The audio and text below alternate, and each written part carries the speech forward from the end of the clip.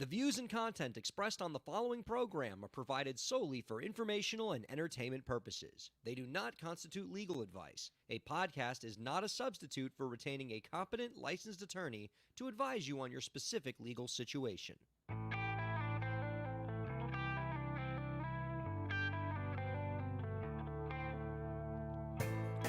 How's it going, everybody? Welcome to the show. It is time for Break the Business, where we empower indie creators and have some fun along the way. I'm Ryan Kairalla, and it is a pleasure to have you here this week. Wow, what a show do we have. I am so excited to have you all here. We got so much great stuff to talk about. I am just looking forward to the conversations we're going to have. And I figured before we kicked off our proceedings today, I wanted to just tell y'all a little bit about the state of the show and where things are right now, where things are going, because let me tell you something, viewers and listeners. The coming summer is going to be, dare I say, the summer of Break the Business. There is going to be a lot of fun to be had, a lot of whimsy, a lot of merriment, and a lot of indie artist empowerment going on this summer.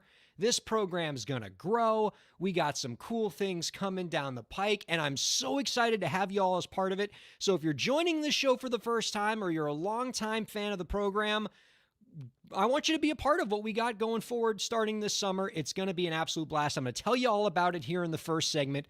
But first, I want to tell you a little bit about what we got going on in the next segment.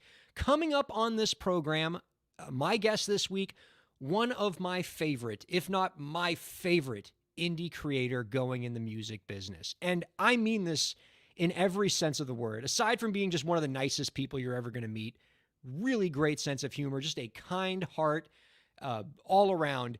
She professionally has accomplished so much and just does so many things well. And I don't exaggerate when I say this.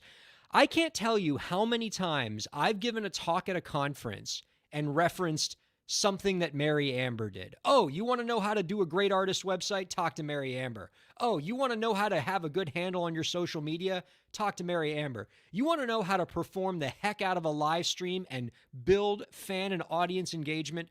Talk to Mary Amber. I talk to my clients about her. I talk to her during conferences. I talk to her on podcasts all the time.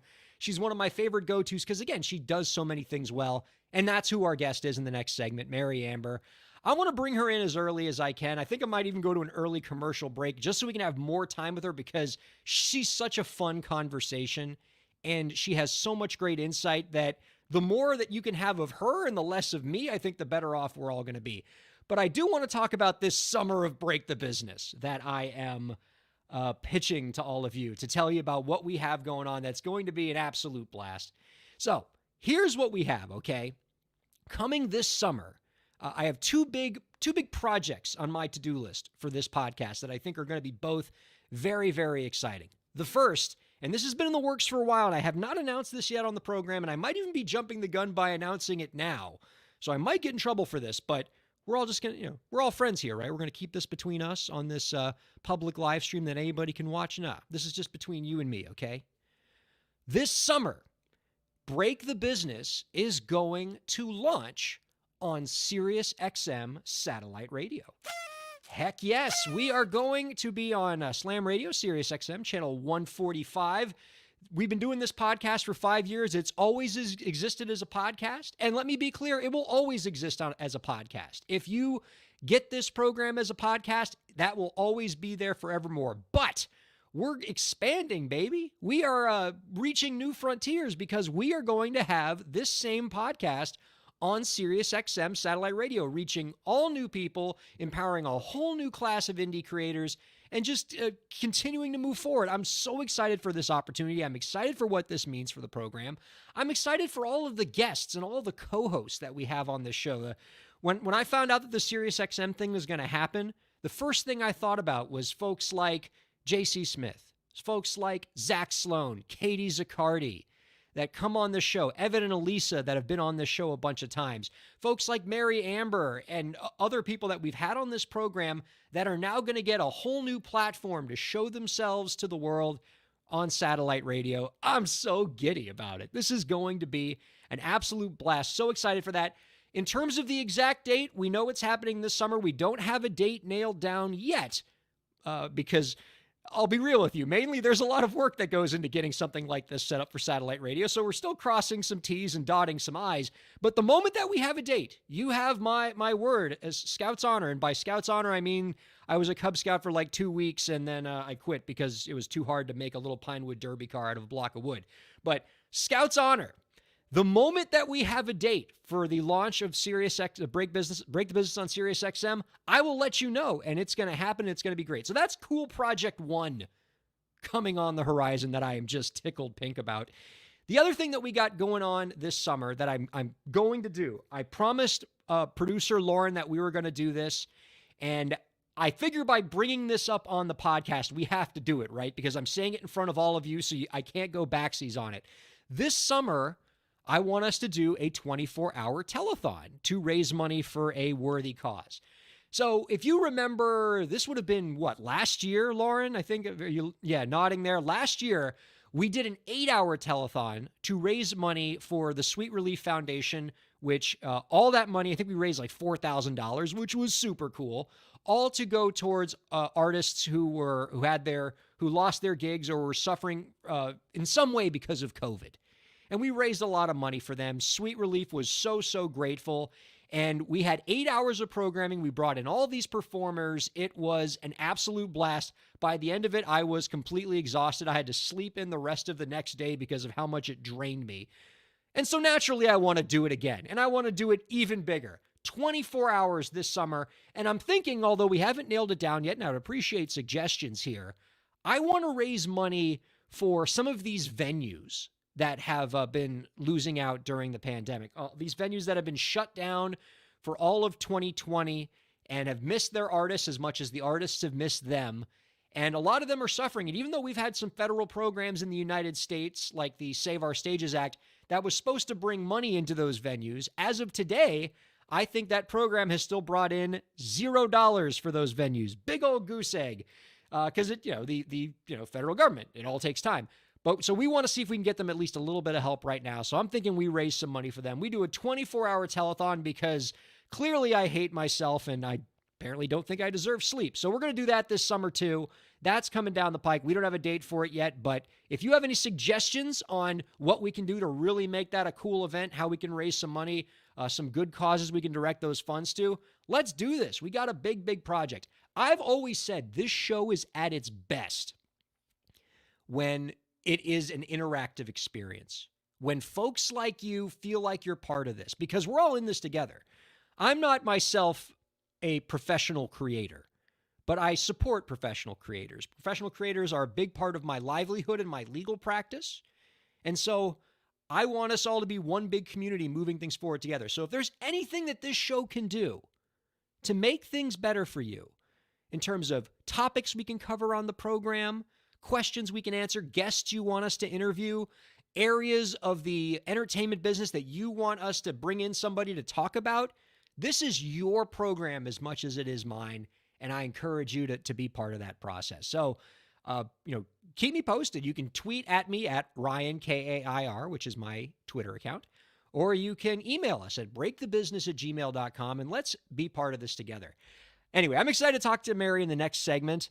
One of the things I want to bring up to Mary, among her many things that I think about her that are delightful, is one of them is she's a huge supporter of geek culture.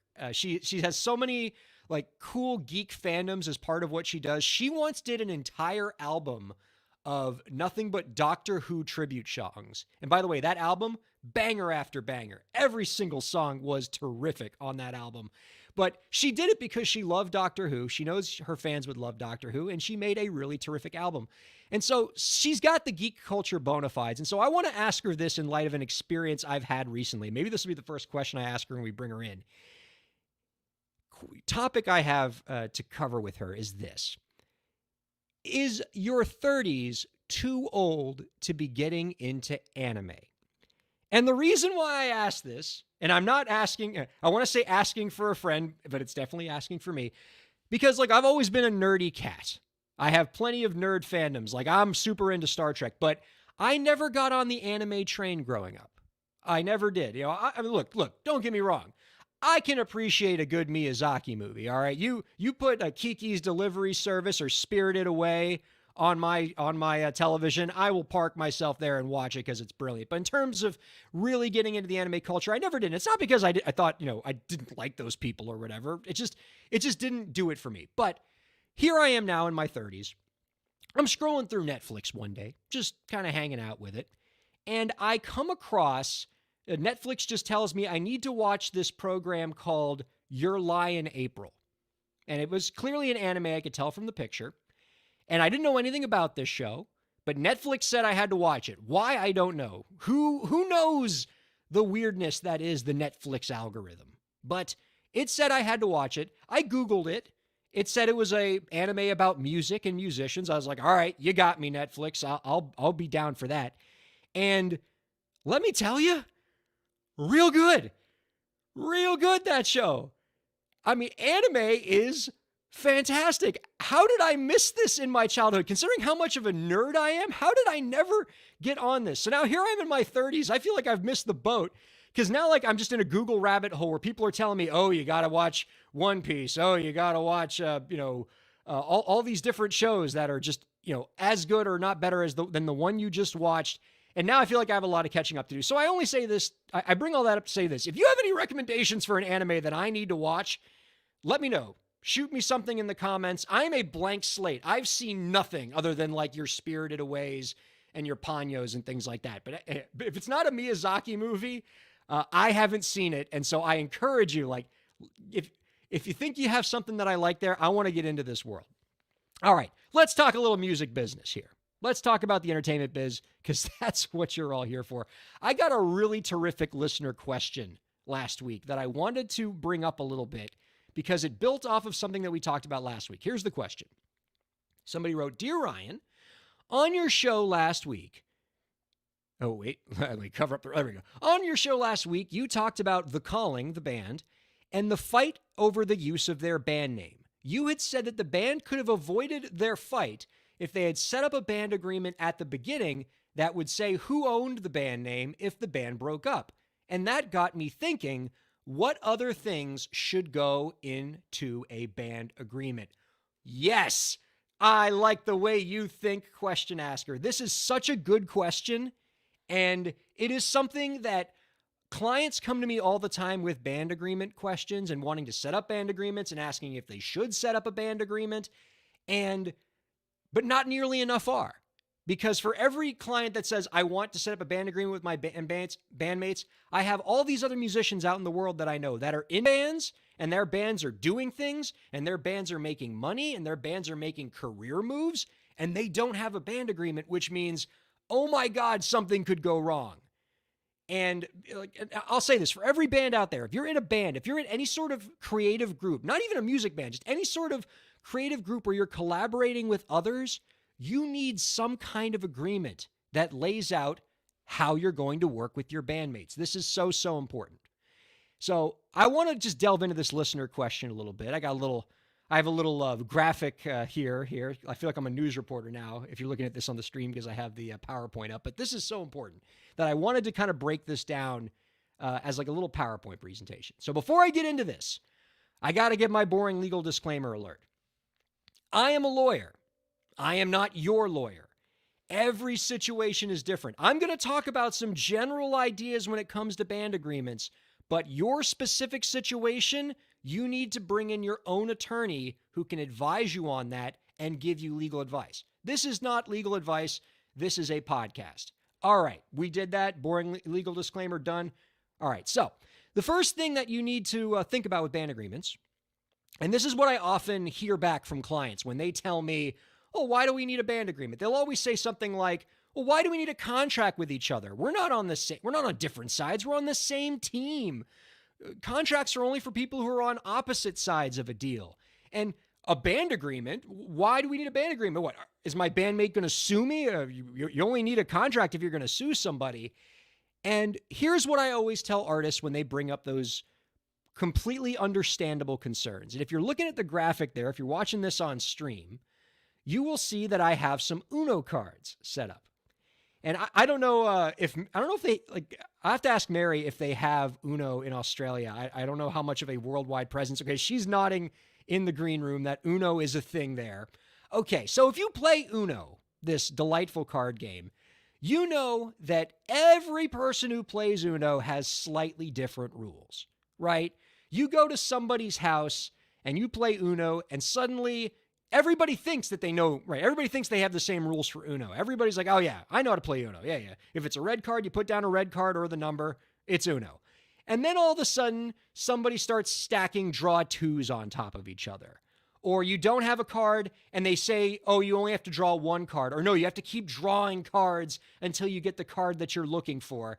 And everybody has a different interpretation of these rules and everybody fights. And so what do you do to resolve these fights? You come up with house rules. Before the game starts, you say, here's how we're going to play this version of Uno. Or you actually pull out the instruction manual and you go by the rules that are in there. And folks, that's what contracts are. Contracts aren't these dangerous, scary things that lead to lawsuits. Contracts prevent lawsuits because they are the instruction manual of how your band is going to operate. They set out the rules of the game at the beginning so that you guys aren't yelling at each other 10 years down the road because somebody stacked a draw two and you said they weren't allowed to do that. Same thing goes with bands. You need to figure out what rules you want to play with your bandmates before things get complicated. You want that band agreement signed before you start making money. You want to agree to the rules of the game before you start having success, before you start making decisions and career moves, and before you start hiring people, before somebody quits the band, before the band breaks up. Because if not, you end up like with the situation that we had last week with The Calling, where the two members of The Calling split, and then both of them were fighting over which one got to use the name The Calling when performing. You know how that could have been fixed? With a band agreement. So what are some of the rules in the game that you might want to use when you're setting up a band agreement? And so we'll talk about some of them here. First of all, your band agreement should cover how are decisions made. How do you make decisions as a band? Is it majority vote for everything? Does it have to be unanimous? Or maybe you have a model where you have one person who's kind of the CEO of the band that makes all the decisions. By the way, I've seen every different version of this. I've seen some bands where it's like, oh, Mary makes all the decisions. Mary's the one who really runs the show, and she knows everything. And I see Mary nodding in the green room there. You're like, yep, that's me. And so we trust her to make the decisions. I've seen some bands where they're like, nope, we have to all agree before anything gets done. Whatever arrangement you're going to make there, put it in writing. And by the way, you might differ on how different decisions are made. Maybe creative decisions are made together as a band. Maybe business decisions are made by one person. Maybe you want to have different rules for different voting rules for whether the band decides to borrow money or spend money or buy property or enter into a contract. Maybe you want all the band members to agree before you enter into a contract. Maybe you want all the band members to agree before somebody's kicked out of the band or somebody new is brought into the band or somebody is hired or fired or profits are dealt out to the band. You get all that stuff in writing, and then you don't have fights later over, you aren't allowed to make that decision. That's a band decision. We all have to make it together. Get it in writing. How are profits divided? When your band starts making money, how do you pay each other? And all the money that comes in for your music projects, is that all band income? Oftentimes what I see with a lot of bands is I've seen a lot of bands treat songwriting income different from other forms of band income. So when a band sells records or a band makes money at a live show, they might say that's band income. But then if there's songwriter royalties, maybe only one person in the band is writing songs, or maybe only two people in the band are writing songs. And so maybe we want to split, kind of segregate the songwriting income and have that be dealt with differently. That can all be covered in a band agreement. Band intellectual property. Does your band own the sound recordings as a band, the masters as a band? How about those individual songs? Does the band own the songs that you wrote, or do each of the individual songwriters own them? How about extracurricular activities? Are your band members allowed to do side projects? Is the band the only thing that the band members can do? Or can they do other things too? You would think that these things are all, you might think as a band member, oh, I know the answers to all of this. But I bet if you ask your band members these same questions, they might have a very different interpretation for how these things go. And the only way you can find out is by asking, and the only way you can resolve them is with a band agreement. How about adding new band members? This is another big one. How do you decide when a new band member gets brought in? Does everybody have to agree? Does a majority have to agree? When that new band member comes in, what profit share do they get? Do they get proportion to everybody else? Or do they get more? Do they get less? Something I always tell band members to do is if you're going to bring in a new member into your band, make sure they sign the band agreement. You want them playing by the same rules. You don't want to bring somebody into your Uno game who thinks that they can stack draw twos while the rest of you can only play one draw two. So make sure that that band member, if he comes into your band or she comes into your band, make sure they sign that same agreement too. How about if a band member leaves the band? What do they get when they leave? Do they get future royalties from the recordings that they've played on? You got to work these things out. And then the big one, not that you guys will ever break up, because I know bands last forever, but hey, it might happen. What happens when your band breaks up? What happens to your property? What happens to the assets? And in the case of the calling from last week, who gets to use the band name when the band is done? And I'll tell you, in a lot of cases, when I've negotiated band agreements, usually the only thing that all the band members can agree on is nobody gets to use the name. And that's better than sort of the hard feelings of one person using it and saying, hey, you're not allowed to use that. That's my band name. But whatever you're going to agree upon, get it in writing up front before things get complicated. Because one day, when you're a big rock star and your bandmates are big rock stars, that band name is going to have a lot more value. And it's going to be a lot harder to figure out who gets to keep that name when you break up later than it will be to figure it out now. So those are just some of the things that you want to look at in any band agreement. It's not an exhaustive list, by the way. Band agreements can be long, they can be complicated. We've only scratched the surface of just some of the items that can be covered in a band agreement. But I encourage you, if you don't have a band agreement and you're in a band, talk to your fellow band members about some of these items. Start getting them to think about what matters to them and what your band wants to prioritize. And then bring in a lawyer. This stuff is complicated. You don't just want to write down something on a cocktail napkin. Bring in a lawyer and make sure that you have your own lawyer. The way this should really work is every band member should have their own representation, because until you get that band agreement signed, you all have different interests. And so you need to have your own representation to make sure this gets done. And is it going to be a little conflicty at first in terms of like, oh, my bandmates are, we all hate each other because we're all fighting over this stuff? Yes, but I'm telling you, I've done a billion of these band agreements, okay? It's a little bit of arguments and a little bit of acrimony, and then you get the band agreement signed, and then you can move forward. And that little tiny bit of acrimony on the front end is 1,000 times better than the fights and the lawsuits and the dollars spent on the back end. And in terms of the cost of the attorney, it's a lot cheaper to hire a lawyer to negotiate your band agreement for a few hours on the front end than it is to hire a lawyer to fight a lawsuit for you 10 years down the road on the back end because you didn't have a band agreement. And once you have that band agreement in place, revisit it regularly with your band. You'd be surprised how much, with the passage of time, the things that you think you've agreed upon with your bandmates wind up not being the things that you're actually doing in practice. So it's okay to go back, revisit your agreement, and make changes to it with your bandmates as needed. And this stuff is so important. It's a huge. When I see somebody wrote in the chat, Mary and the Sorks is the name of my next band. I would definitely want to open for Mary and the Sorks anytime they would want to play. That is fabulous. All right. Let's take a quick break. Let's compose ourselves. We got Mary Amber coming up after the break. Don't go anywhere. Keep listening, or watching as the case may be, to Break the Business. Ryan Kairalla here. I hope you're enjoying the show, and I hope that you're getting a lot out of it. I do what I do because I care about creators like you. A lot. I've dedicated my career to helping creative professionals, entrepreneurs, and organizations move forward. I do it by hosting this program, and I'm also proud to do it in my legal practice. If you're a creative professional looking for solutions-oriented legal services to help you further your goals, I'd love to help. My firm RKPA does contracts, commercial law, copyright, trademark, and more. Visit rkpalaw.com to learn more. That's rkpalaw.com. Ryan A. Kairalla, PA, Miami, Florida.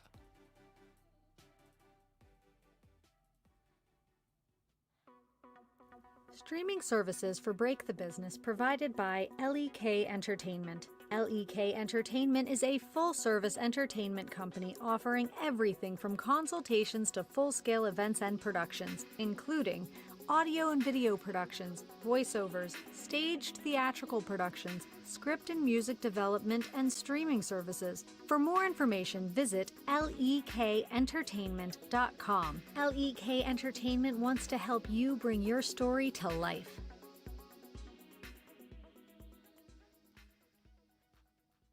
Thanks for supporting Break the Business. If you have a question or topic that you want us to discuss, email us at breakthebusiness@gmail.com. You can follow the host, that's me, on Twitter at Ryan Kair, and you can follow the show at the BTB Podcast. Be sure to subscribe to the show on Twitch, YouTube, and Facebook, and on all major podcast platforms. And now, let's get back to the show. Let's get back to the show indeed. Our guest right now is an Australia-based recording artist, songwriter, musician, comedian, and Twitch streamer. I can't believe I got all that out in one breath. I almost didn't make it. Check her out at maryamber.com and at twitch.tv/maryamber. Mary Amber's on the show. Hi, Mary. Hey, yo! Oh my gosh, we got your whole Twitch setup here. This is where the magic happens for you. Well, kind of, yeah. I mean, obviously I've turned off alerts and things so that we don't get random rockets flying across the screen or ducks walking across the bottom of the screen or anything. But this is the room. I can change the color of the lights or the camera angle if you want to see the full coat. Whoa! Close up. Let's not do that. Whoa! She's got camera angles, people. Man, the people listening to this on the podcast are missing out. I do want to talk all about how your Twitch stream comes together, because you are my favorite musician to watch on Twitch simply because of just the incredible production that you bring into it. But first, a non-music question that we have to carry from the previous segment. As the ambassador of geek culture that you are, Mary, I have to ask, is your 30s too late to get into anime? No, of course not. There's no such thing as too late. I mean, there's arguably a such thing as too early, but I mean, in general, certainly depending on the anime. There's no such thing as too late. There's definitely no such thing as too late. Also, I have to say, maybe in the past, geek culture would be a lot more gated and people would be a whole lot like, oh, you cannot sit with us. But I would say it's a very welcoming community, and the anime community certainly is a very, very welcoming community. Also, it's a really beautiful art form. You know what I mean? Anime, it has a whole lot of different skills that you don't see in other categories. It's got a very specific art style, very specific voice acting, and very, very good music as well. It's very heavily connected to music, I would say, like more than a lot of other, film mediums.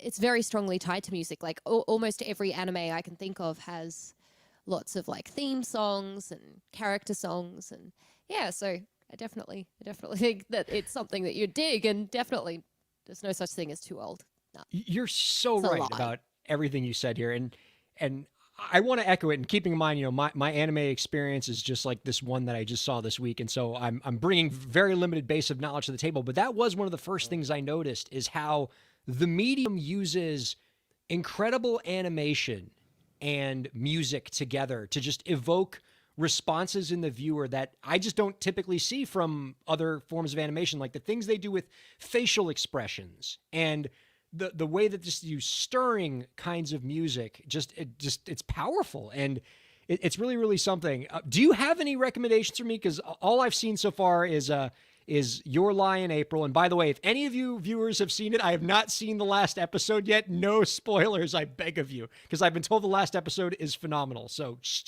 but yeah, any other recommendations you have there? I have to say, I am not a massive anime buff, but oh, jeepers, that would be a tough one. one of the ones that's really easy to access that you don't need to have, I guess, any sort of subscriptions or anything for. I think it's still easy to access is Ruby, because that's on YouTube. That was one of the ones that I remember watching, and this is relevant because I'm still kind of recovering from a cold right now, but I remember back when I had another sickness, that was what got me through one of those. I was just sitting there as the pile of mucus potato, whatever you could call it, just sitting watching, and it was absolutely wonderful. So that's one. Obviously, Patrick's in there with Dragon Ball, so any of the nostalgia animes, Dragon Ball Z, none of this Dragon Ball Z business, Z. Or Pokemon, obviously. They're always good options as well. That's something a lot of people know a lot about that you can chat with. They're all on the list on my, fake pencil under my hand here. I got them all written down. I'm going to check these out.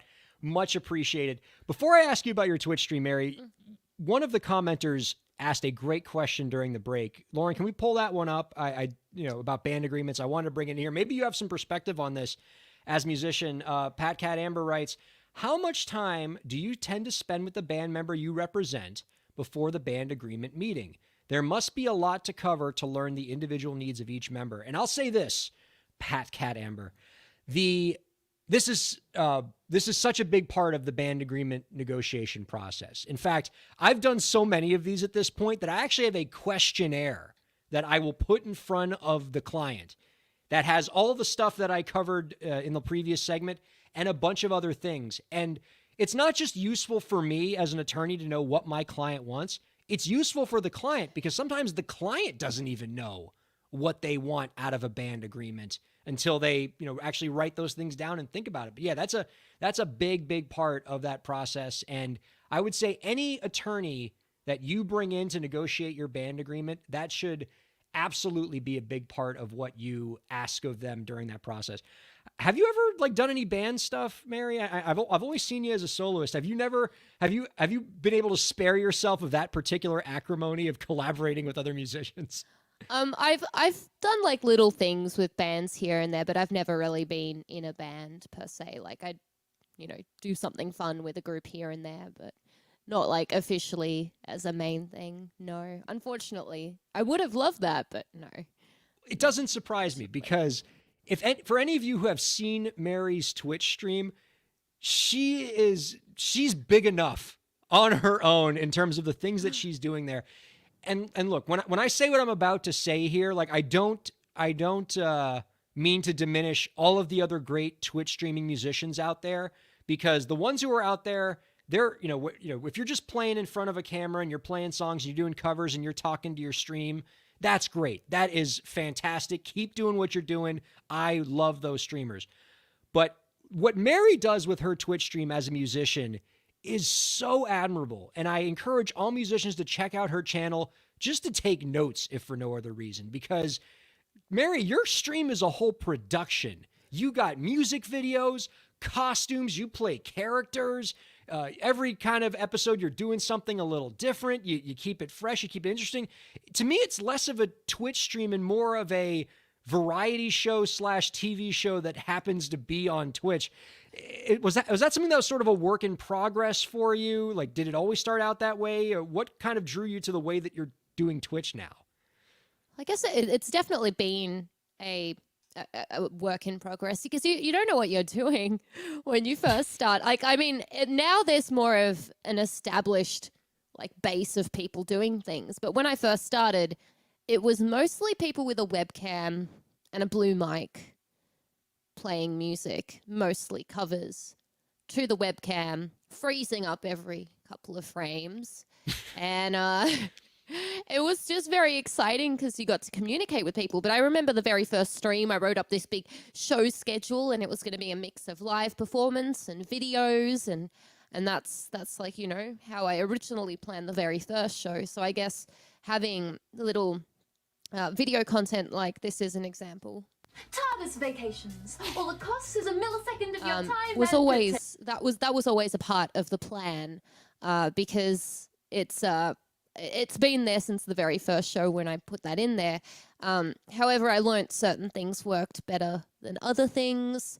The characters were not something I was planning on doing. I think I did one once for kicks, and I think it was black and white historical person, who's this absolutely awful person from history, and she hates absolutely everybody. And this character appeared once on the stream, and people seemed to find it very fun, and requested the return of black and white historical person. And then out of that grew a few other characters, but it was something I definitely didn't initially plan to do. It was more something, I guess. It's hard to say there was a demand for it. I guess I accidentally fell over into a black and white historical person costume, and then people liked it enough to keep wanting more of that. So that kind of grew from there. But I'm always experimenting with things, whether it's, changing the colors of the lights in the room. So maybe I should have picked a more dramatic color change. Let's try blue. Or if it's something along the lines of different performance styles, like now I've got backing tracks. I've even got I've got a show that I do with the video that I sing along to. Yeah. So that's playing there. Oh, and look at that. Singing on top of it. And then just like lots of different, I just trial things. And I suppose some things work better than other things. Often it takes longer than you'd like to realize that something is not working. Because no one's going to straight up tell you, this is a shit idea, Mary, stop it. But eventually you start being like, there are less people watching, something's going on. I think at one time I had a very, very video-heavy stream, and then numbers went down, and I was like, okay, I can't do that as much. I say that ironically right now because I'm probably going to have a very video-heavy stream later today just because I'm a bit unwell. But one thing I learned is in a live stream, people definitely want the live element, so you can't overdose with the video element because then people will be like, well, people like to interact with you. Exactly. Yeah. So, and that's something you're great at. I want to go back to something you said about keeping things fresh, about experimenting, as you called it, because to me, that's one of the things that impresses me the most about you is even now with your, partner status on Twitch and this, cool fan base that you have, you still like to take big swings, as we say here in the States. You still like to try new things. I mean, we have, the opera that you made with the Ocarina, right? The Ocarina Operina. Yeah. You're doing a TV show pilot. You have a new TV program that you do with your husband, Pat. You like to create new things, even as you have this thing that's working and that's cool, and your fans respond to that. What motivates you to keep trying new things and expanding your art, even when like there may be a tendency to be like, let me just play to what we already have? Oh, well, I suppose that's a human thing more than anything. I guess, if you look into a mirror, Break the Business podcast has just come so far since the very first time I got to appear on your show. You're going to be on friggin' satellite radio soon. Right. How insane is that? So, you could answer this question too. I think it might just be human nature. It's, you want to do different things and more things and try things, and the nature of things is that an awful lot of them don't work out, so you might as well try it, figure out whether it works or not, and then move forward rather than having it in your brain running around, running amok, causing issues, making a smell, and not actually getting out there. What drives you as an artist then when you choose a new project? Is it just as simple as this thing's rooting around in my head, I need to get it out of my head and create it? Or is there some sense of you trying to kind of figure out what you think might be most enjoyable for your audience? Like, is it artistry first? Does the audience play a role? Or do you roll it out there and then just see if the audience likes it? I'm interested in how that plays out for you. Well, I guess it's different depending on the thing. Like, it depends on the thing. Like, say, for example, with the video karaoke thing that I was showing a second ago, this thing, where I'm singing along, that was 100% audience-driven. I sometimes watch back my Twitch streams and I'm like, oh, it's getting a bit samey, need to fix it. So that's audience driven. Some things are very much just driven by curiosity or inspiration. Like when I wrote the Doctor Who album, obviously I was not like, this is going to be a giant commercial success, because it doesn't really align with what, you'd envisage as a giant commercial success, but it is something that, I felt inspired to do. And sometimes it is purely artistic. Like, for example, I would say when I made the graphic novel or when I made the robot that I exhibited in the art gallery, soon I'm going to be registering a business, Amber Industries. It's going to be running purely on bureaucracy. I'm going to make a little bean counting robot, and there's going to be an online form. The only thing that happens when you fill it out is you have to pay fees and you get more forms. But all of that is 100% artist driven. That's like, just the concept appeals to me so very, very much. Like, I have to make it. There isn't some music executive somewhere who got you into a meeting room and said, Mary, we need a bean counting machine. No. The audience is demanding it. They're beating down the door. We need something that counts beans. Yeah, that's wild, and I dig it. That's so cool to me. And you're working on a TV show pilot, right? Like I saw for years on your stream that you were trying to raise crowdfunding towards a TV show pilot, and you hit the funding goal recently. What's that going to look like? Well, the TV show pilot's an interesting one, because I was speaking with one of my friends who is in the film industry many years ago, and this idea was floated. The idea originally was the official kind of like plot line scenario of an old lady with a cat with a huge amount of wealth passing away and then leaving everything to the cat. I remember sitting around a table with her, another one of my friends. I was there. I kind of wrote myself into that plot line and invented a crazy hobo loon bag that would be the character that I would play. And it just kind of, we were all throwing ideas out, and this thing was growing. I did not have the initial idea, so I do have to acknowledge that. But I just loved this idea. And we were chatting about it for a long time, back and forthing. I wrote, I have a Google Doc of over 30 pages of dialogue that I wrote for this thing. It's actually bonkers. And then I was like, how likely is this to actually turn into a thing? And my friend, who actually works in the industry, has worked on many things that you've seen probably on Netflix, Stan, etc., turned around and said, very unlikely, because you need a really, really large amount of money to get these things off the ground. And I was like, how much is a large amount of money? And she turned around and said, 30K is like basically bare bones. You're just barely scraping through and making anything. And I was like, 30K? No. Because that's just a mortifying amount of money. Some 20 years ago, for 30K, you could buy a house.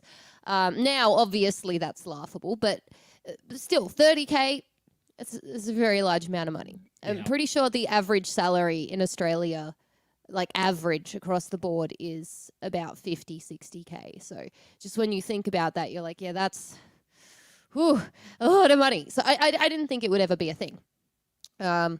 Years passed, and I've been streaming on Twitch, and I usually have a donation goal up. And I thought, maybe I'll float it as an idea for a goal.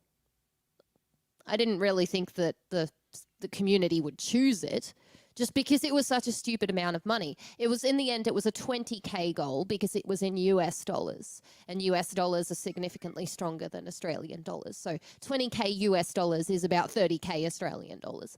So I put forward the idea of a 20K donation goal for a TV show pilot. And the nutbags in my community decided that this was a great idea and voted for that to become the goal. It was such a unanimous vote that I couldn't talk myself out of it. And I certainly couldn't talk them out of it. So the deed had been done, and it became the goal for quite a long time because, I mean, obviously it's a stupendously large amount of money. And I, not Pags represent in the Twitch chat. Hello, Kraken not stirred. Just addressing the Twitch chat there. But yeah, so I was fundraising on the channel, and I got in touch with my friend, and she's like, "Really? You think this could even be a thing?" And I'm like, "I don't know." I told her, "Don't get too excited. I'll have it there for like a number of months. We're probably not going to make a huge amount of progress towards it, and then I'll probably take it down as a goal."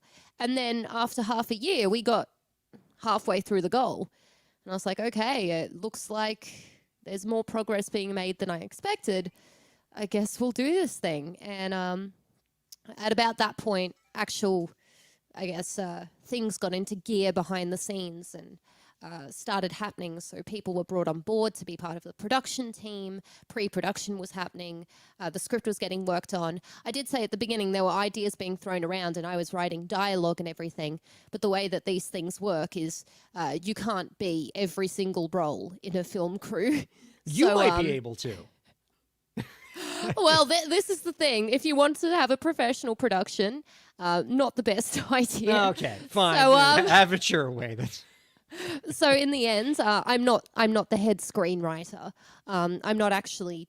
I have a say in the writing to some extent. Like I throw out ideas and things, but I'm not actually doing the writing. If I look at the TV show pilot, there's a number of scenes in that pilot that I wrote in the original like 30-page document, and I'm like, yes, it's making its way in there. But that's not what I'm doing. So I've been trying to focus on the main, I guess, thing that I have custodianship of, which is the character I'm playing, which is the crazy hobo delusional nutball, and the songs, because there's going to be a song at the end of each episode of the show, theoretically, and a song at the end of the pilot. So that's kind of where we're at now. So I'm hoping to go into about a month of solid songwriting to see if I can get the best possible song. There's already a song in there, which I think is really good, so I don't know if I'm going to be replacing it, but I'm giving it time in case. And then after that, we'll hopefully start getting into actual production of the pilot. The hope is that we can apply for grants to increase the pool of money we have to spend on the pilot. It already feels like a stupidly large amount of money, but apparently in the film industry, it is not. So yes. We are applying for more. And then obviously the goal with a pilot is to get a full TV show. So then once we've made the pilot, we'll be trying to shop it around and get a full TV show. Now, I know it's not a fair question to ask, but of course I'm going to ask it anyway. Is there even just the ballpark timeline, the roughest estimate of a timeline for when this super awesome pilot might come into our lives? There is. I do not have privy to that information though, because there is a team of people working on these things, and I think I have delayed production by a month because I requested to give myself time to do songwriting. They were like, "We've locked the script," and I'm like, wait, rewind, you've locked the script, which means I can't write another song. And they're like, yeah. And I'm like, but I need time. So I think I've delayed it, but there's two producers, a director, an associate producer, and a bunch of other people who are on the main board, as well as the head screenwriter, who's also the showrunner. And they have little meetings where they've done things like timelines, equipment, what roles need to be filled, and all of that sort of thing. I haven't been invited to those meetings because I would be there the entire time. I'm a curious cat, so I'd be like, what is this for? Why do we need this person? Who is this person? Can I see their file? So they probably are just like, okay, we don't need Mary there for that because she'll just slow us down, which I think is fair enough. I haven't worked in the film industry before, and I do trust the team that is being built. And I think that's an important thing you need to do in that industry.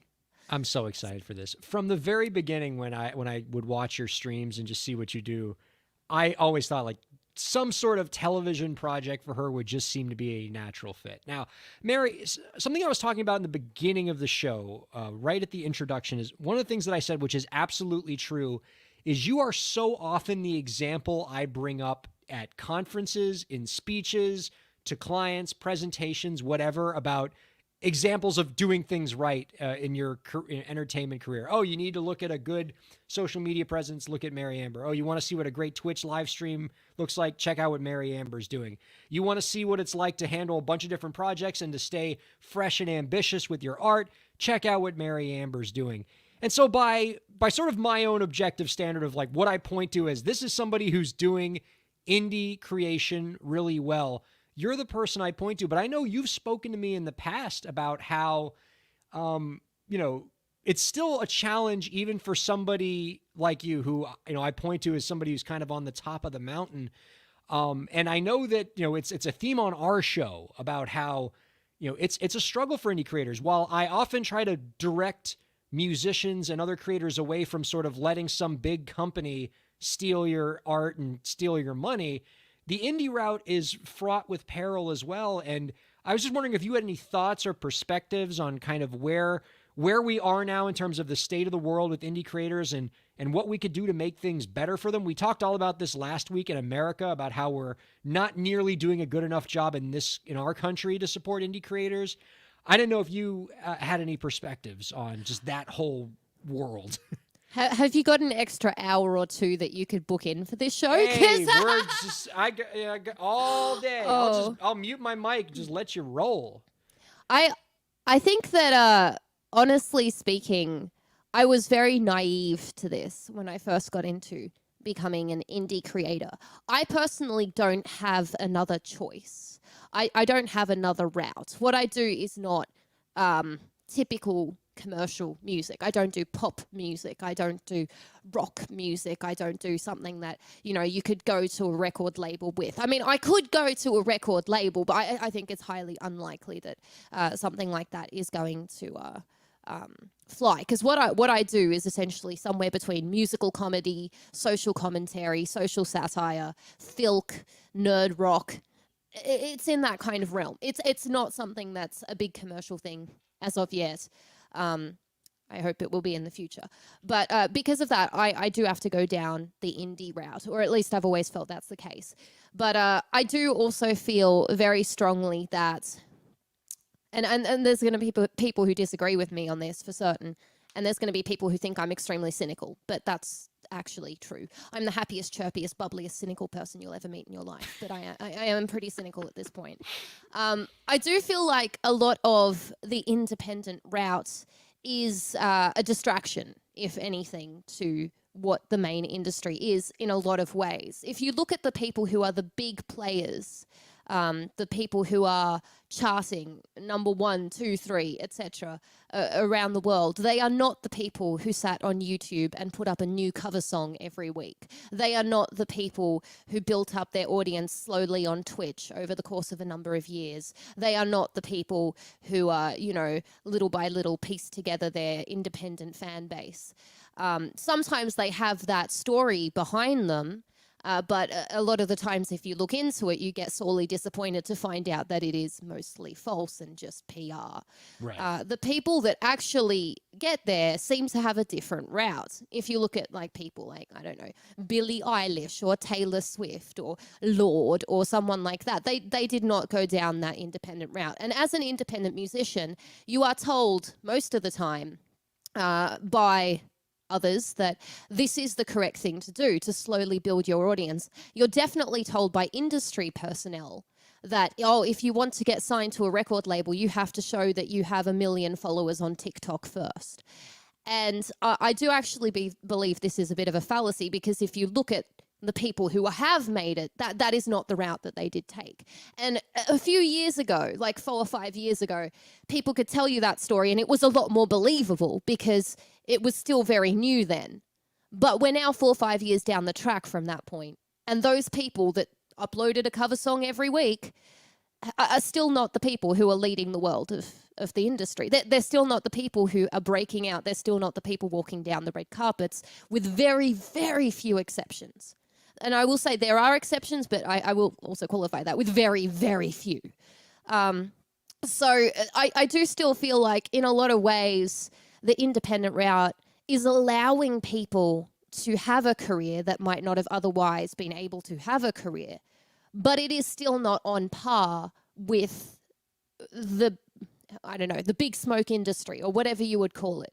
Yeah. Now, I will say with the big smoke industry, similarly, not everyone that gets signed to a record label becomes a big famous person, obviously. Well, very few of them do.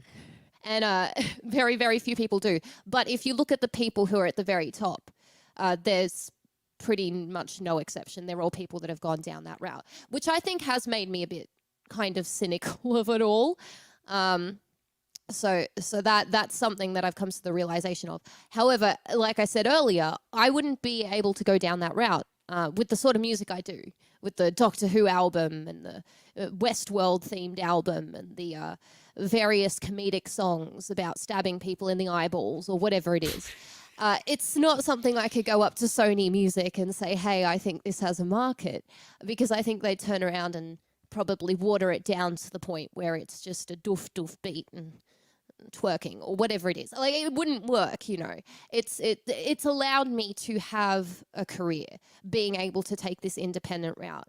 I will say that much like the big smoke route is fraught with danger, and it is, because what people don't realize with the record industry is it's not that you go to a company and then they make you famous. You go to a company and you get a very large loan with terrible terms, and that's basically all that is.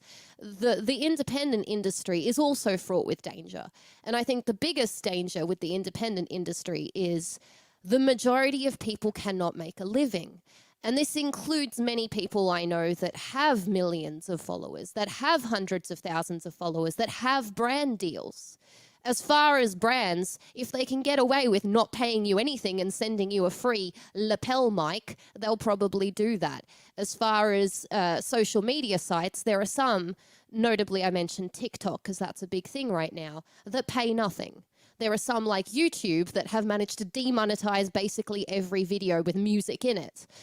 So there's a lot of these independent routes that look like they would be lucrative, and certainly performers in those areas that look like they'd be quite well off, that are actually having to struggle very, very hard. It's also a very noisy industry. I think both of them are noisy at this point. But certainly the independent one is insanely noisy, because anybody with a laptop nowadays, most laptops have a webcam built in or a microphone, can become a musician. And I think that's something that has also made me quite cynical is back in my day, when I was a young little whippersnapper, people used to need to play an instrument, read music. You know, these things were somewhat necessary. Like, you'd have a metronome, you'd sit down and you'd try and play in time with the beat. You would get a guitar and you would play until you had blisters, and then you'd stop for a few days to let the blisters heal, and then you'd play again, and eventually you could get to the point where you could play for some time. Nowadays, you plug into a program and you drag and drop a few samples. You don't even have to know how they're made. You know that when the number is higher, the beat is faster, and when the number is slower, it's slow. And then you go on top of it, you go, ooh, yes, baby, baby, yes. I made a character just to make fun of this, and it's now become one of my most popular characters. Because that's just a thing now. And I think that makes it extremely noisy, because there's not a single person on earth that is not capable of becoming a musician in the current climate. I say musician because there would be some debate. Some musicians would absolutely run after me with a spear for saying that is a musician. But like, anyone can really jump in there and do this now. Especially with the proliferation of things like, I don't know, The Voice, the American, Australian, British Idol, etc. We've also got every second person walking around believing deep within their souls that they are an undiscovered vocalist that will change the entire of the course of history. So it's extremely noisy, and anyone can do it, and anyone is doing it. And you are competing with that. You are competing with that.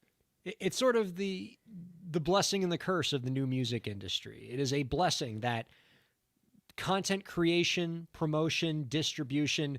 20 years ago, these things cost a fortune, and now they're free for everybody. And that's great. And it allows somebody like Mary Amber, who did a whole album of Doctor Who songs, to have a worldwide audience where I would have never been able to hear her album 20 years ago. And that's a blessing. It's also a curse because now it's free for everybody, and it creates a very saturated entertainment business where it can be hard to break through. And I'm intrigued by something that you said earlier in that, which was, just hitting us with a lot of really powerful truths there. And it barely started. This is why dangerous. Don't ask these questions. You should know better. I want these answers because 5 years ago when I started Break the Business, the show was about, the theme of the show was we need to break artists free of the big entertainment companies and find success as an indie artist. And what I've noticed over 5 years is I still think the first part of that is true. I am sure of it with every fiber of my being that model is dangerous. But what we've seen over the last 5 years as we've done this program is a lot of today's creators are trading the slavery indentured servitude of the big media companies for the slavery indentured servitude of the big tech companies. So now instead of the record labels not paying you, it's all these tech platforms not paying you and exploiting you as creators. And we've substituted one crappy thing for another. And so now this show has sort of evolved into saying, okay, we think indie is the way to go, but now we need to advocate for an indie music industry that is more fair to creators and allows creators to thrive. And that's where I'm sitting on it now.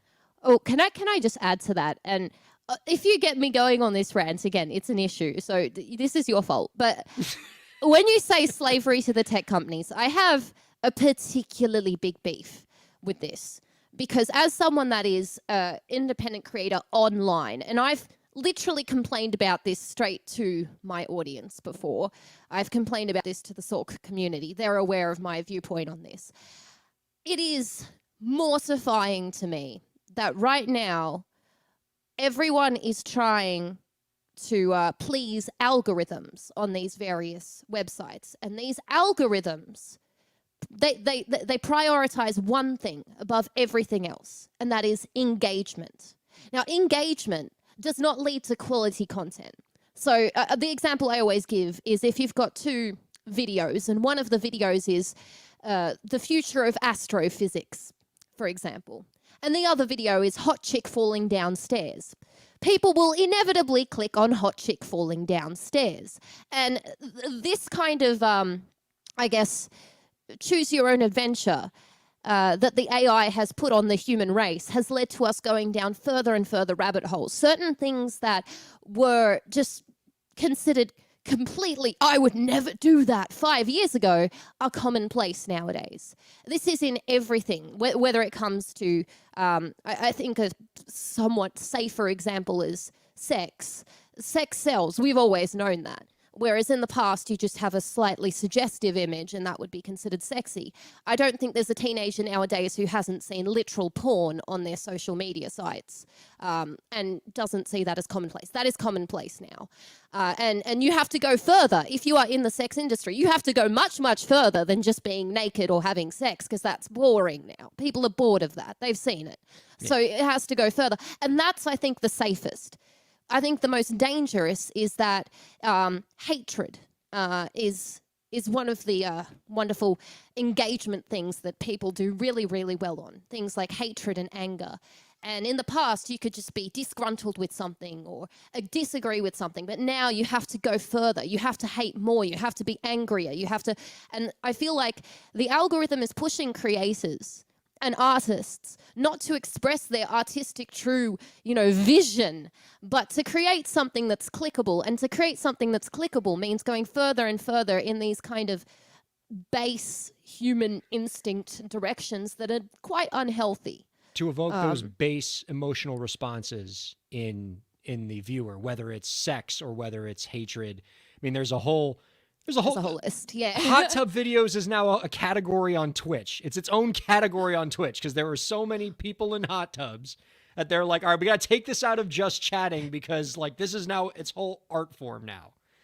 And I mean, I'm not saying that any of these things are wrong. I actually think the sex category is, as I said, probably the safest because, enjoy yourselves. But like, I mean, I think the most dangerous category is probably hatred and anger. And I think that's caused a lot of issues. But as a creator and as a musician, you are not immune to this. As a creator myself, as much as I'm sitting around being like, maybe I should do music streams in a hot tub, I'm not. But like, you know, obviously things like that might come up. It's more along the lines of you see musicians putting out very strong, I guess, political statements or statements that play into this. It doesn't even have to be genuine. You never know whether these things are genuine or if they're just for PR and to get word out there. But you are pushed further and further to do that, to write a nice love song or to write a nice breakup song or to write a funny song or a clever song is often not enough if you want to survive in that environment. One of the Twitch comments says, hot tub and electric guitar, not a great combo. I would agree. I would agree. I mean, that's just useful as a public service announcement. Yep. Because it's only a matter of time before the hot tub category and the music category start cross-pollinating, and somebody's going to try to bring their Fender Stratocaster into a hot tub, and it's not going to be good. So I appreciate the commenter for getting that out there. An interesting comment from McMarty V. Blockchain music distribution and blockchain show ticket distribution will break the market and be more fair.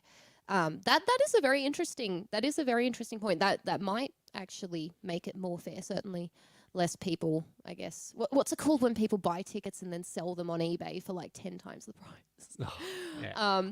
I can tell you, I'm interested in the prospect of blockchain for the legal side of the entertainment industry, things like smart contracts, which can handle payments, through blockchain without intermediaries and just, get money faster and in greater quantities to creators and simplify legal transactions, which means less work for me. And so maybe I have to find other ways to make a living, but ultimately is better for indie creators. And I'm excited for the potential of blockchain. Mary, I wanted to ask you something a little more frivolous. Okay, good. Yes. We did some let's get off that. I know, we did some hard-hitting stuff. For the third week in a row, I want to talk to somebody about Eurovision because this is the first time I've had somebody on the program who hails from a Eurovision country. I didn't watch it. How familiar? No, it's okay if you haven't. Because I know Australia is fairly new to the Eurovision game, and but if it's not something you're getting into, like I want to get you into Eurovision because I think it fits you. It's just so much fun. I think DJ Ombera should make an appearance on there one year. I haven't seen this year's Eurovision. Well. For the record, and I'm not just saying this to suck up to you, Australia's entry this year, Montaigne, absolutely got hosed. She got eliminated in the semifinals. I thought her song Technicolor was awesome. But I want to know, and I think I can get the commenters on board with this. What is it going to take to get Mary Amber to enter a song into Eurovision? Because I'm telling you, okay, I'm the number one Eurovision fan in the United States. I have dubbed this of myself. I'm telling you, you will have the entire US of A behind you. One former British colony to another, we have your back. You would totally crush this. I don't know, because you see, this is the thing. Like, my general songwriting is very literary is certainly the wrong word, but I come from a European background. So I was born in Hungary. And I have a Hungarian mum, obviously. And sometimes I'll perform my songs and they'll literally be like, I'll slice your eyes out with a knife or something. And they'll be like extremely like not appropriate. And my mum will turn around and be like, very pretty song. So I feel like it could be kind of problematic because I could see myself stepping on the Eurovision stage and, singing a song about like, I don't know, something entirely bonkers. And people being like, oh, very pretty song. And me being like, you don't get it at all. Oh, that'll happen. But you also won't be alone in having a bonkers song at Eurovision if that's the route. If you go the bonkers route. I mean, you should see what Iceland does on an annual basis. And every single year they bring it. But it's always something crazy and wacky. This year they had these like 360-degree keytars, which are absolutely amazing. Germany had this guy walk out with a walking hand. It was like he was like shaped like a hand. It was, and so like off the beaten path is welcomed at Eurovision. But anyway, just putting it out there. All right, you got 12 months till next year's competition, and no pressure. But if you move forward with it, you will have an entire country behind you, not just your own country, who I'm sure will come out in droves for you, but the US of A. Like, we don't get it. We don't have a vote in Eurovision. We don't have a dog in this fight. And I'm telling you, our country will adopt Australia if Mary Amber competes. I think that in Australia we mostly get, I don't know, winners of those singing competitions to go across. I think that's what we usually get. Someone like that. One person's bonkers and problematic is another person's unique and provocative. I say go for it. I would love for DJ Umbra to get on there. DJ Umbra is a character that comes on the show. Can I play like a little snippet just so people You can get an do idea? whatever you want. So this is DJ Umbra. DJ Umber in horse with fork. Yeah. No spork, just fork. Chic, unique, the fork so sleek. It stubs, it grubs. I used to eat kebab. Up. I feel like that character is built for Eurovision. She walks around in a mankini. She sings about cutlery. I feel like that would be the one. That's the character I was telling you about, where I tried to make music that is as musicless as possible and as meaningless as possible. And that would not even be the wildest thing at Eurovision, for the record. Yeah. But yeah, all right. Yeah, it sounds like you've already decided to do this. I don't want to speak for you on this, but that's the vibe I'm getting all the way across on the other side of the world there. If I had the power to just be like, pick me. But the Australian music people, they don't pick me. All right. I always have so much fun talking to you. Not only did we have just like a really fun, silly conversation, the viewers and listeners got to learn more about you, but you also laid some hard truths about the state of the business, which I loved. And I have a smile on my face. We blew through the normal allotted time for this program, but given what we're doing, I'm all for that. Like Lauren was like texting me like, we're way past 55 minutes because we're trying to train ourselves, Mary, to do 55-minute shows to practice for satellite radio.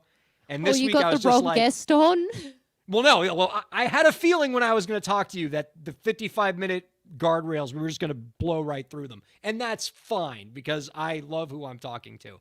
But let me ask you the final question that we asked all the guests on the program. Actually, before I ask that question, let me ask you this. I know you're not feeling well. I know you're sick.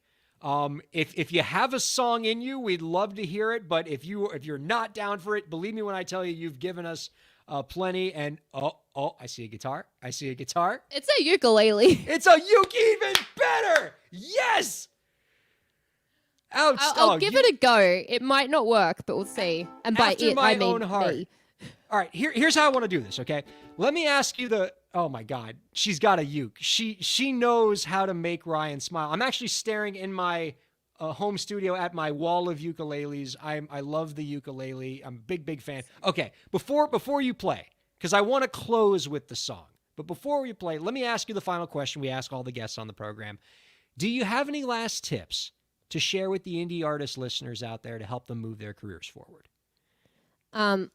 Okay, this tip is going to sound very lame and crap, but it's the same tip I think I keep giving. But I keep learning more and more as I grow older and more decrepit in life how important this is. But make music for yourself. Make the best music that you can make. Make songs that you love, that you're proud of, that express who you are. Be yourself. I know, shitty advice, be yourself. Doesn't that just sound like the worst advice? But honestly speaking, nothing is more important, because this industry, whether you are in a record company and they're telling you to change to be more commercially viable, or you are an independent artist and the algorithm is telling you, no, we're not going to show this video to people, whether you are sitting back watching hot tub streams and being like, maybe I need to change my approach and start wearing a bikini while I sing, or you are looking at the current trends and thinking, oh, maybe I need to write a political song to get clicks. All of those things will lead you astray. The thing that is going to make you happy is doing stuff for yourself. Because even if you get successful doing the other stuff, you know what your reward is? Having to do more of it. And if you don't love it and it's not you, what an absolute utter waste of time. Oh, okay, that was a fabulous answer. I can't believe you tried to poop all over it up front. Oh, this isn't going to be great, and then you freaking just drop this very impressive hammer. All right, tell us a little bit about the song you're about to play here. What's it called? What's it about? Lead us into it, because there may be some people watching this who don't know kind of what your art is all about, and maybe a little bit of prelude could be instructive here. Cracker Not Stirred in Twitch chat said, what if myself is a jerk? You be that jerk. You own that jerkiness. Okay, prelude to this song. So I've recently launched a brand new website, so it's been completely redesigned. And the focus of my website, the focus of the website is Ninja Club members. So Ninja Club is my Patreon. If you go to the website, you can, even if you're not a member of my Patreon, play Block Breaker in the header. You can listen to 24 songs. You can look at a whole bunch of images and videos and things. But if you are a member of Ninja Club, you can log in the secret ninja entrance. That's not much of a secret at all. It's plastered all over the website. But you can log in and you can listen to, now I believe there's 95 exclusive songs, 95 with lyrics. There's chord charts, instrumentals, karaoke tracks. There's over 250 videos, including some long documentary style ones, as well as music videos, lyric videos, etc. There's over 1,000 images as well, and 2 completely exclusive concerts, each being about 45 minutes long. So there's about an hour and a half of exclusive concert footage, which is probably edited with different camera angles and little intermediary footage and everything. So it's kind of like a portal for Ninja Club members to see a ton of stuff. Ninja Club members being my Patreon supporters. And the last exclusive concert I put up was a concert called the Lovely Island Concert. So I figured I should sing the Lovely Island song for today's show, which is, I guess, the title track from that concert. Absolutely. All right, without further ado, Mary Amber, everybody. Oh, hopefully my voice is going to work. It's the first time I've sung in over a week. Fingers crossed, because I've been unwell.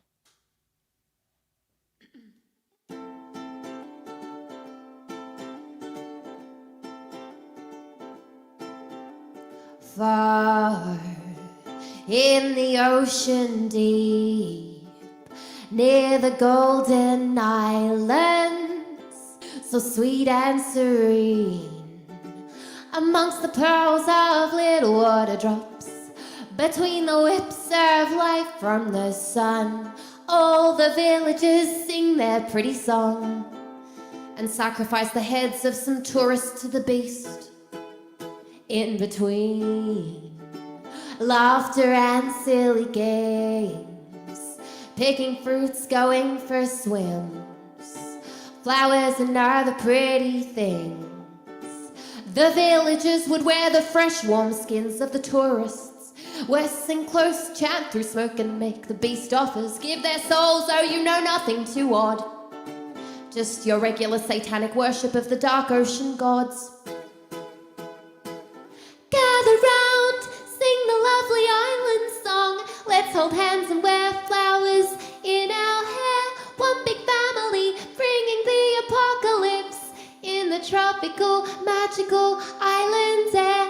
La-da-da, la-da-da-da-da-da-da, death to the traitorous human slime. Da-da-da-da, la-da-da, la-da-da-da-da-da, only the loyal shall be allowed to ascend to the Dark Kingdom.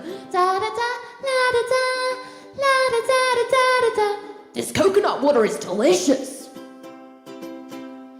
In this lovely island song.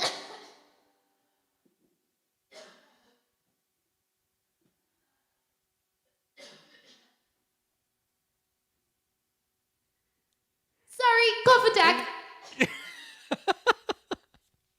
What a finish. Well, oh my goodness gracious. That was so good. I think she's done. Oh my, wow. Well, I hope Mary Amber is happy. I think I'm dead now. Oh, Sorry. I hope you're happy, Mary, because when you just shouted the death to the traitorous human slime, I laughed so hard I swung my arm and knocked my water over, made a huge mess on my console that I probably might have wrecked some equipment in the process, but totally worth it because that was awesome. Oh God, I'm so sorry. That's half the song. With added cough break. So The other half of it? if you'd like, there's just the danger of another cough attack, but I could do it. I could do it. I would like that very much. And what a champ you are for. I mean, I need to hear this whole thing if your health can make it happen. I mean, if you didn't break your uke there during your. I didn't break the this uke. while sick. I'm trying to hide it. It's not working. No, thank you so very much, Josh Morales. Oh. All right, let's. All right. Okay. All right, let's all compose ourselves. It's all right, because we need to hear the rest of this. And while you're playing, I'm going to clean my console while I listen.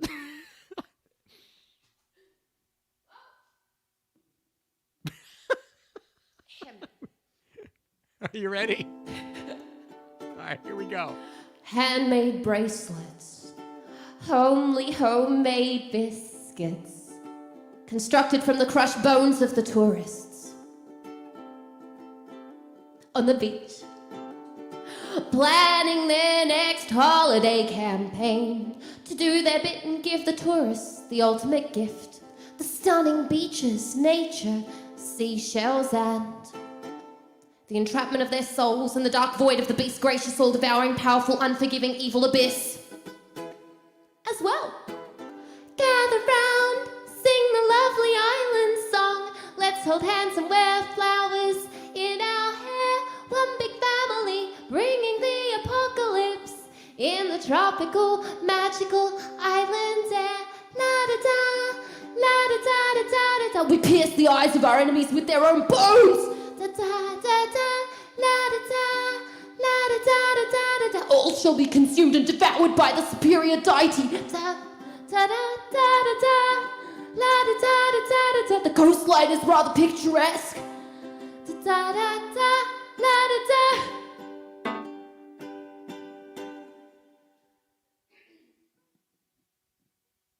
Did we lose Mary?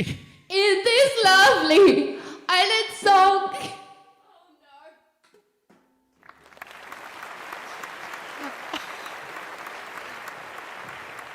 What a journey! God, I feel like the demonic bits are just giving my voice trouble. But that's okay. That's what happens when you put demonic sections into your songs. I should have sung like a nice sweet one that's not as harsh on the voice, but instead here I am singing my sweet, lovely island demonic, dark ocean god worshipping song. What can you do? What can you do?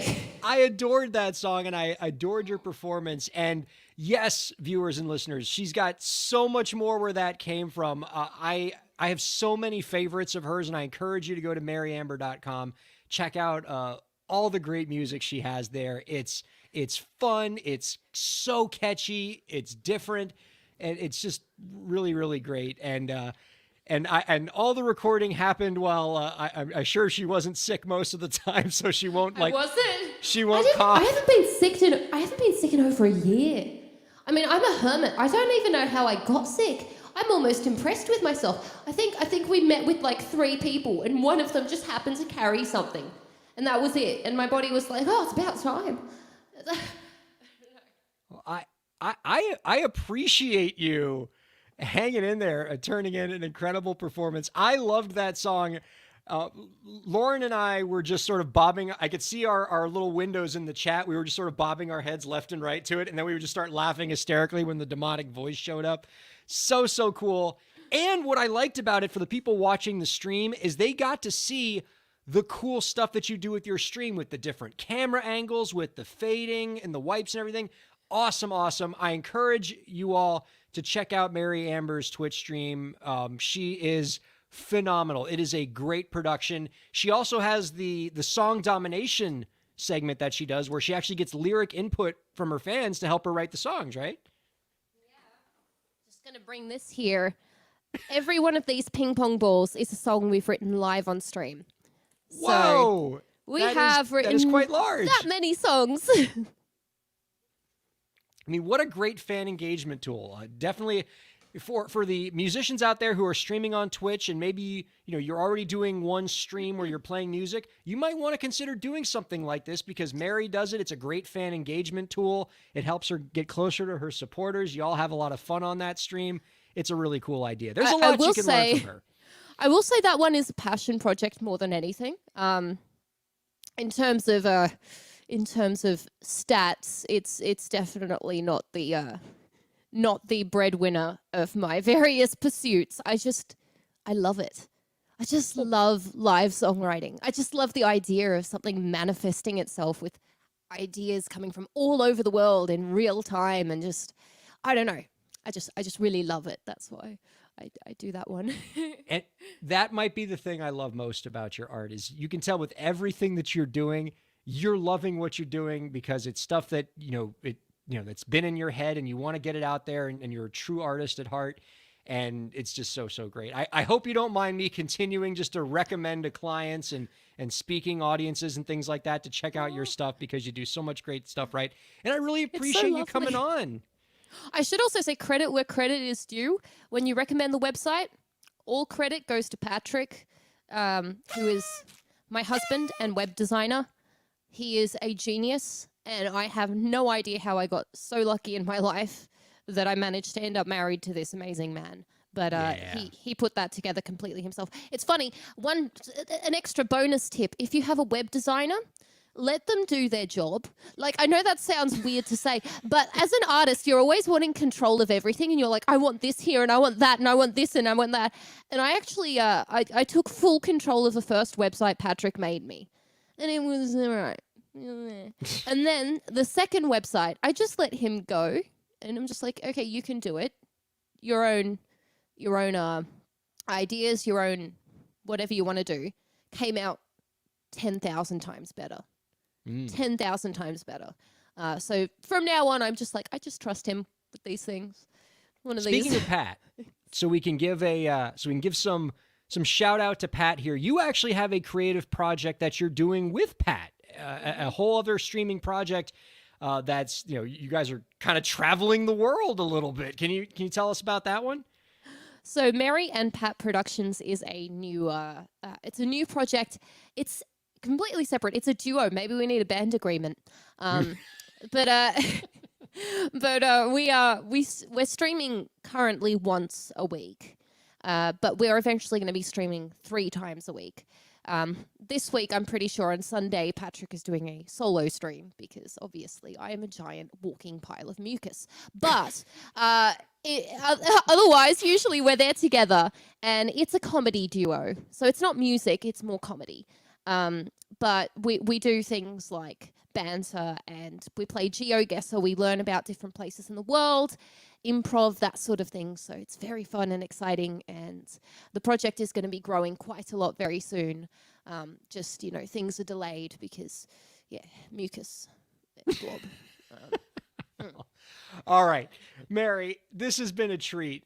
Don't be a stranger. We'd love to have you on again as many times as you're willing to tolerate me because you're my favorite person in all this. Oh, and so you've been on this show so many times, and every time it's wonderful. And so I'm glad that we have the live stream now so we can make a visual element to this. It's great. Thank you so much, Mary. No, thank you so very much for having me on. And everyone that is here from the Sork family that is watching, please do drop a follow and show your support to the Break the Business podcast. Honestly, it's just such an amazing tool for independent artists to have access to someone of Ryan's caliber. Because what you're looking at here is not just cool dude, cool podcast. He is like a top-notch entertainment lawyer and is sharing that information essentially for free for people to be able to listen to and learn from. So it's a big deal. That means a lot coming from you. Thank you, Mary. All right. So I should mention, we got some great guests coming up in the subsequent weeks. Next week, we got Bree Noble with Katie Zaccardi. Great advice there. A couple great musicians also in June, Ella Luna, and another ukulele player on June 23rd. Ray Robinson's going to be joining us. A lot of fantastic performance. Just a lot of great shows coming up. So stay with us. Follow us if you're not following us already. A lot of great Wednesdays coming up for Break the Business. Thank you all so much for watching. We will see you next week.